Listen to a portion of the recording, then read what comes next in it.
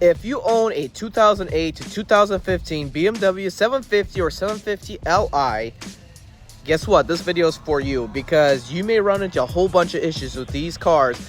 And I owned one personally. I can tell you what some of them can be.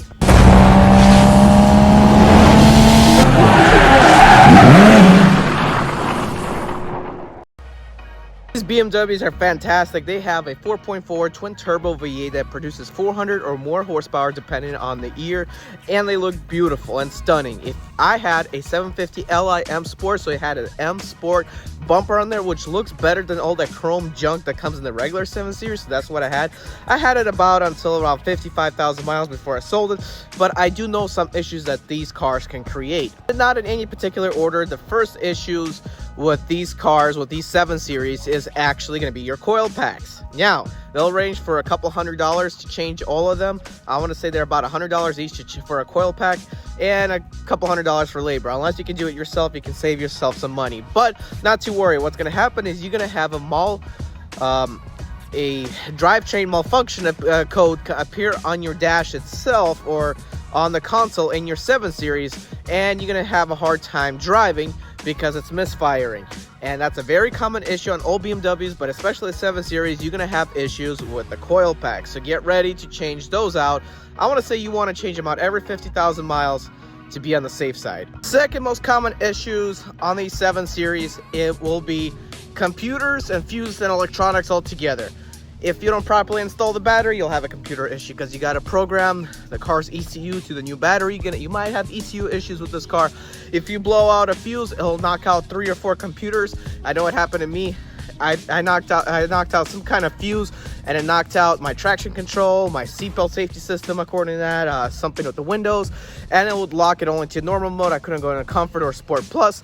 So with these BMW 7 Series, get ready that if you do have electronic issues, that's what you're going to come into. So it's common to have ECU issues or fuse. It can be $100 or it can be several $1,000s for a brand new ECU. So just get ready with these cars.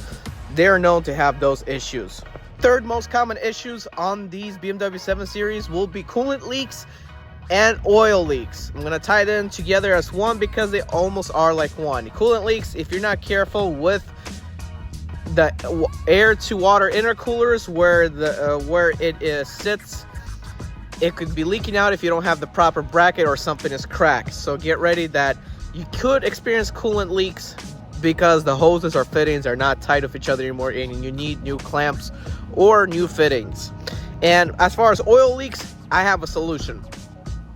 Those BMWs in particular had a class action lawsuit where you have to change all your valves on the engine to stop it from leaking oil. So what you got to do is if your car's not over 100,000 miles and if it's not over 10 years old, you are going to take that car into a BMW dealership and they will honor that warranty work for you and do it for you for free.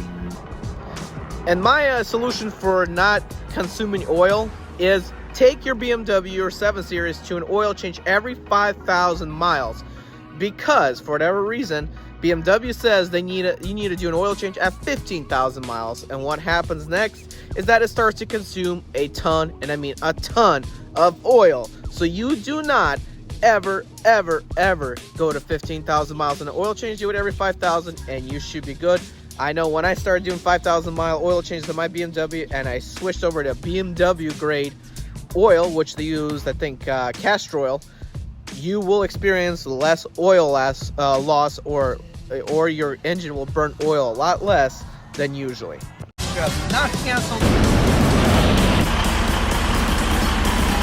Guys, I'm Eddie B. 2004 turn right.